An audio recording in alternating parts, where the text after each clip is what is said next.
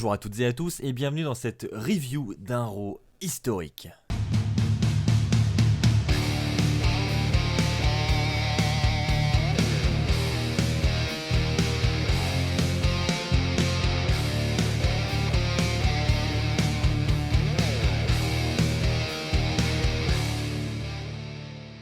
Bonjour à toutes et à tous et bienvenue à vous qui êtes sur le chat pour cette première. Bonjour à vous qui êtes dans les commentaires pour la rediffusion de cette review. J'espère que vous allez tous très bien, j'espère que vous êtes toutes et tous en parfaite santé et que vous êtes chez vous en sécurité pour justement contrer cette épidémie. Et puis on va tous se serrer les coudes pour la vaincre ensemble et puis on va s'occuper comme on peut. Dans tous les cas, vous pourrez compter sur moi. Je vais essayer d'être au maximum présent sur cette chaîne YouTube. Je vais essayer d'être au maximum présent pour vous divertir au travers des différentes vidéos que je publierai régulièrement sur la chaîne et puis également avec les différents lives que je vais essayer d'organiser de plus en plus régulièrement. Ceci étant dit, nous allons commencer cette review de Raw, un Raw comme je l'ai dit dans l'intro qui est historique parce qu'il a lieu à huis clos encore une fois dans une arène fermée. Je dis encore une fois parce que SmackDown a déjà eu lieu à huis clos la semaine dernière, mais il s'agissait de SmackDown. Là on parle de Raw, donc Raw subit le même sort. Nous avons donc un show sans spectateurs, un show dans le Performance Center de la WWE, le centre d'entraînement des lutteurs. Et donc clairement ça a encore une fois joué sur la qualité du show. On ne peut pas évidemment enlever aux lutteurs et à tout le staff de faire leur maximum pour essayer de nous divertir malgré les circonstances qui se déroulent un petit peu partout dans le monde. Mais on va pas se mentir, un show de catch sans spectateurs, sans public, c'est quand même difficile à regarder. Et moi j'ai encore eu beaucoup de mal honnêtement à suivre ce Raw. Évidemment on a eu des informations en ce qui concerne WrestleMania. Je ne vais pas en parler au travers de cette vidéo parce que ça n'est pas le sujet. Mais sachez que je ferai un live dès ce soir pour en parler sur la chaîne YouTube. Donc je serai en direct pour échanger avec vous à ce sujet. Et ce live sera 100% dédié à cette annonce. Et puis je vous annoncerai justement un petit peu ce qu'il en est des différents événements autour de WrestleMania également. Donc pour ça je vous invite à me rejoindre dès ce soir pour le live exclusif sur WrestleMania. Ceci étant dit, commençons avec le premier point de la soirée. Le premier point de la soirée que je souhaiterais évoquer, c'est évidemment le speech de Edge. Alors premièrement, on a les commentateurs qui sont au milieu du ring pour nous présenter un petit peu la soirée, pour nous annoncer qu'une fois de plus le show va avoir lieu dans le Performance Center au vu de toutes les circonstances un petit peu partout dans le monde. Et ils seront rapidement coupés par la musique de Edge. Edge arrive et puis il va tout de suite nous demander de regarder le petit clip vidéo avant de prendre la parole. Et on a donc un clip qui nous résume la rivalité entre Edge et Orton. On revoit l'attaque de Orton sur Beth Phoenix, etc., etc. Ensuite on a Edge qui va prendre la parole, Edge qui va revenir évidemment sur les débuts de Randy Orton à la WWE. Il va revenir sur le fait qu'ils se sont croisés et que son père l'a introduit devant lui il y a 22 ans. Il va revenir sur la Rated RKO où ils ont détruit ensemble la DX. Ils vont revenir sur plein d'étapes de sa carrière et Edge va en venir à la conclusion que Randy Orton est jaloux de tout ça. C'est la raison pour laquelle il l'a attaqué, c'est la raison pour laquelle on en est là aujourd'hui. Et donc ce qu'il faut retenir de ce speech principalement, c'est surtout le défi, le challenge de Edge. Cette fois-ci le match est officiel. On a Edge qui va challenger Randy Orton dans un match à WrestleMania, mais pas n'importe quel match, puisque il va s'adresser devant la caméra à Randy Orton en lui disant « Mec, si t'as des couilles maintenant, eh bien accepte mon défi et affronte-moi à WrestleMania dans un Last Man Standing match ». Donc le match où le dernier homme debout remportera le match, c'est officiel. On aura donc Edge contre Randy Orton avec une stipulation que j'avais d'ailleurs pronostiquée il y a quelques semaines de cela, et donc on a bien l'officialisation aujourd'hui. Les deux hommes vont s'affronter dans un Last Man Standing match. Honnêtement le speech était bon, l'histoire est bien racontée, ça on peut pas l'enlever à Edge, c'était vraiment très bon à regarder. Mais on ne peut pas nier que le fait qu'il n'y ait pas de public dans la salle lors d'un speech comme ça et qu'il y ait zéro ambiance, eh bien on ne peut pas nier que ça n'impacte pas la rivalité, que ça n'impacte pas ce qui est en train de nous raconter Edge. Clairement on n'a plus la même hype pour WrestleMania, surtout que si vous ne le savez pas, WrestleMania aura lieu à huis clos, c'est-à-dire dans une arène vide, ça aura lieu au Performance Center également. Et honnêtement, voir un show de 8 heures comme ça, avec des grosses rivalités, sans fans, où il n'y aura pas d'ambiance, ça risque d'être très très long et la hype pour WrestleMania n'est évidemment plus la même. D'ailleurs j'ai vu de nombreux fans sur les réseaux sociaux dire qu'ils ne regarderaient pas WrestleMania si ça avait lieu à huis clos.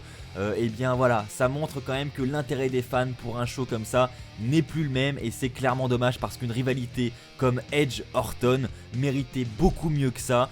Alors je ne critique pas le choix de la WWE, c'est un simple constat. C'est dommage évidemment que cette rivalité ait lieu dans des circonstances comme ça, mais on n'a pas le choix, on n'a clairement pas le choix.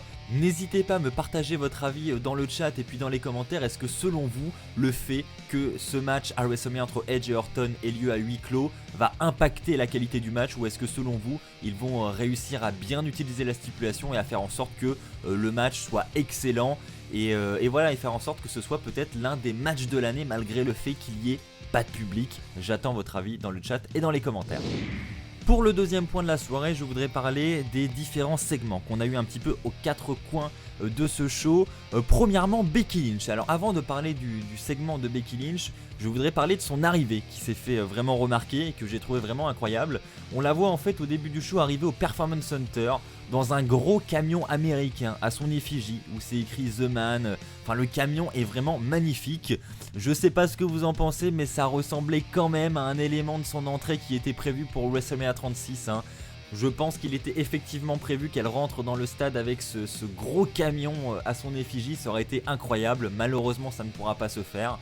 Peut-être qu'elle arrivera quand même à WrestleMania 36 avec ce camion, mais vu que ça aura lieu au Performance Center, ce sera beaucoup moins impressionnant. Mais voilà, je voulais fermer cette petite parenthèse. Et donc ensuite, on a eu un petit speech de Becky Lynch où clairement, elle va défier encore une fois Shayna Baszler pour WrestleMania. Elle va lui dire que d'habitude elle se fait chasser pour son titre féminin, mais que cette fois-ci ce sera elle la chasseuse et que clairement elle veut mettre fin à Shayna Baszler. Elle dira ensuite que cette nouvelle défaite à WrestleMania va impacter son mental et elle dira qu'elle va lui rentrer dedans comme un camion. Voilà, petite référence à justement le camion qu'elle a utilisé pour venir au Performance Center. Donc clairement la rivalité est lancée pour WrestleMania. La petite déception évidemment c'est la non-présence de Shayna Baszler. On peut le comprendre au vu de tout ce qui se passe. Ils ont envie d'amener le moins de superstars possible je pense lors des shows. C'est complètement compréhensible. Maintenant ça impacte un petit peu les qualités et puis je pense qu'il faut s'attendre pour les prochains shows à ne pas avoir des shows d'une immense qualité. Clairement ce virus il va également impacter la qualité des shows et c'est déjà le cas actuellement. Donc voilà, c'est une mauvaise nouvelle évidemment pour tous les fans de catch, mais il faut tout de même reconnaître que les superstars font toujours leur maximum pour nous divertir et ça on peut clairement pas leur enlever. Ensuite je voudrais également rapidement parler de la promo de Kevin Owens qui a lui aussi accepté le challenge de Rollins. On rappelle que la semaine dernière Rollins avait lancé un challenge à Owens où il voulait. Et Owens a donc accepté ce challenge à WrestleMania et donc on aura donc Kevin Owens contre Rollins au Performance Center. Kevin Owens dit qu'il aura l'avantage du lieu parce qu'il s'est déjà entraîné au Performance Center, il connaît le lieu. Et donc voilà, le match est officialisé, match 1 contre 1 à WrestleMania 36 au Performance Center le 5 avril prochain. Honnêtement je trouve que c'est une bonne nouvelle, voilà, c'était une grosse rivalité qui méritait d'avoir son match à WrestleMania. Maintenant je vous avoue, le fait que ça ait lieu au Performance Center devant 0 fans, mon niveau de hype est quand même bien redescendu. Et maintenant pour conclure ce point sur les différents segments de la soirée, je voudrais parler avec vous de Stone Cold Steve Austin qui était annoncé depuis quelques semaines maintenant. Il était là pour le 316 Day, donc le jour 316, c'est selon lui un jour national qui mérite d'être célébré. Et donc à cette occasion, la WWE avait décidé d'annoncer Stone Cold et de l'amener à Raw. Alors évidemment, lorsqu'ils avaient annoncé ça, ils n'avaient pas prévu que le show soit à huis clos et qu'il ait lieu devant 0 spectateurs. Donc avoir le bruit de verre, l'entrée de Stone Cold devant une foule complètement vide, c'était vraiment bizarre et c'était un moment particulier.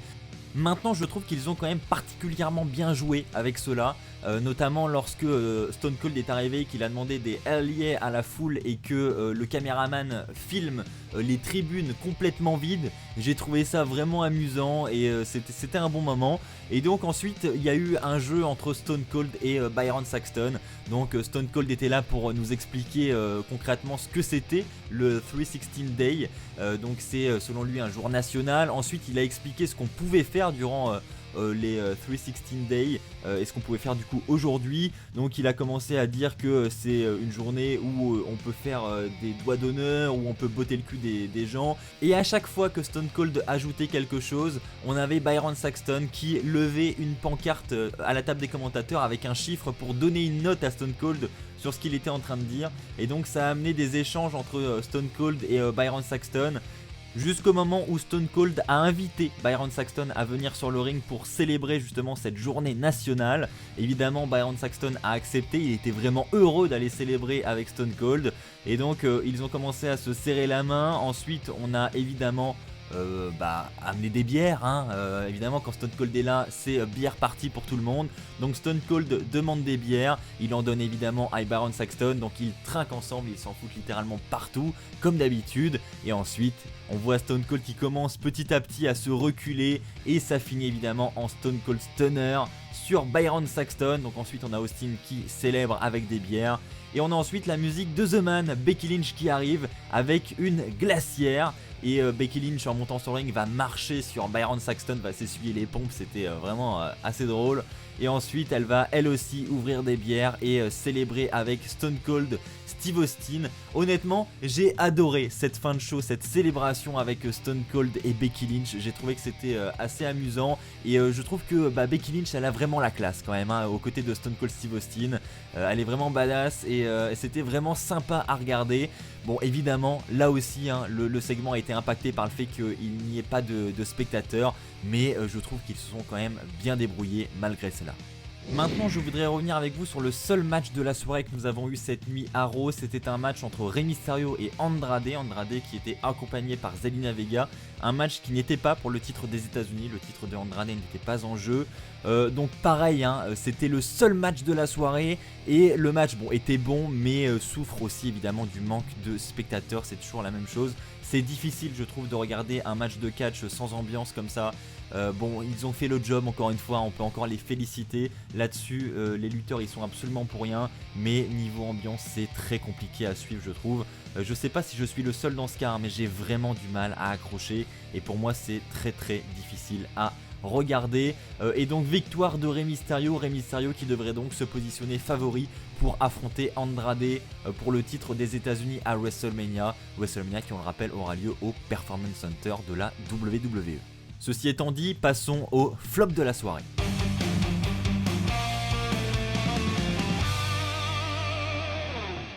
Et bien ça va me faire une belle transition parce que justement ce que je vais mettre en flop de la soirée c'est le fait que le show ait eu du mal encore une fois à être rempli. On voit bien que la WWE galère à remplir ces 3 heures de show pour Raw. Et donc vu qu'ils ont du mal, ils décident d'ajouter des matchs de pay-per-view, des rediffusions de matchs durant le show. On a eu le droit cette fois-ci au Royal Rumble match masculin de cette année. Alors je suis entièrement d'accord avec vous, pour ceux qui n'ont pas AB1, pour ceux qui n'ont pas eu l'occasion de voir le Royal Rumble, c'est une excellente nouvelle parce que vous pouvez le voir gratuitement à Raw. Maintenant pour ceux qui comme moi et comme de nombreux fans je pense ont déjà vu le Rumble, c'est clairement pas intéressant. Je pense que la plupart vous avez fait comme moi durant le show, vous avez avancé 1 heure plus tard pour voir la suite du show parce que clairement vous en avez pas grand chose à faire du Rumble. Vous l'avez déjà vu, à la rigueur, quitte à rediffuser des vieux trucs, je préférerais qu'ils rediffusent justement des archives qu'on n'a peut-être pas vues depuis un bon petit moment, des archives qu'on aimerait bien revoir aujourd'hui justement, mais pas des trucs qui ont eu lieu il y a quelques semaines, qui sont encore frais dans notre tête quoi. Quitte à rediffuser des trucs, sortez des vieilles archives de WrestleMania ou d'autres pay-per-view, je ne sais pas. Mais voilà, je pense qu'ils veulent rester en lien avec les rivalités actuelles et c'est pour ça qu'ils rediffusent des matchs récents comme ça. Mais moi je trouve ça dommage perso et pour moi c'est vraiment le flop du show de cette nuit. Ceci étant dit, passons au top de la soirée.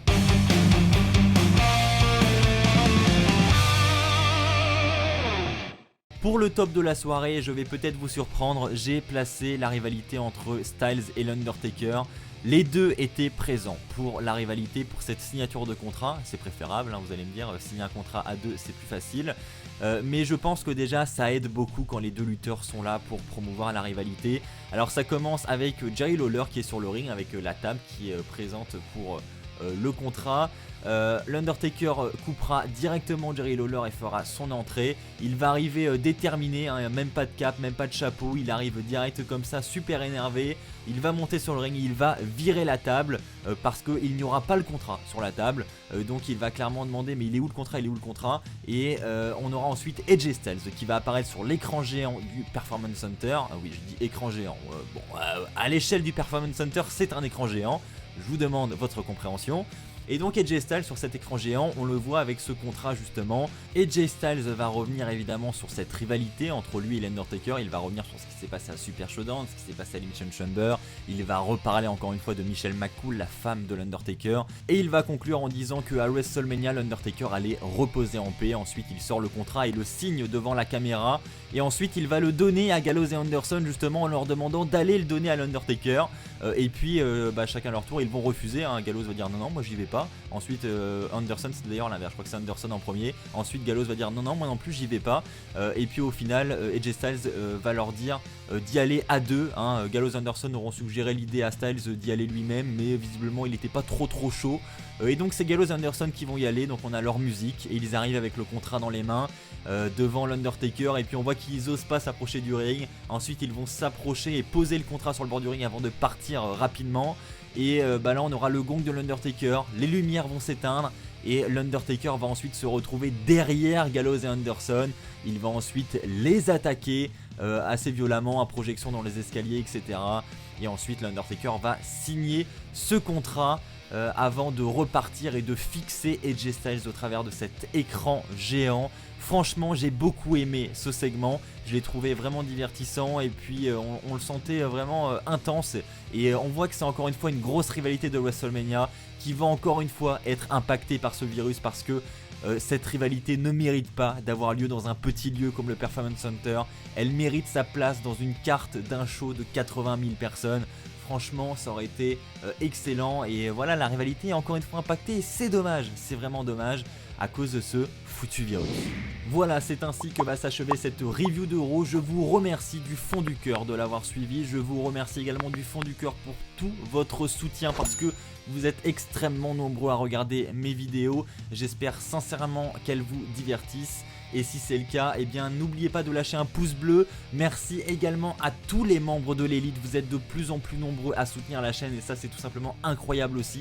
Et je vous en remercierai jamais assez. Donc merci à tous du fond du cœur. On se retrouve ce soir pour un live spécial WrestleMania. On va parler évidemment de l'annulation de WrestleMania à Tampa et du fait que le show est maintenant lieu à huis clos au Performance Center. Je vais échanger à ce sujet là avec vous. Je compte sur vous pour votre présence ce soir. D'ici là, portez-vous bien et puis n'oubliez pas, comme d'habitude, soyez toujours très fiers d'être fan de catch. Allez, bye tout le monde.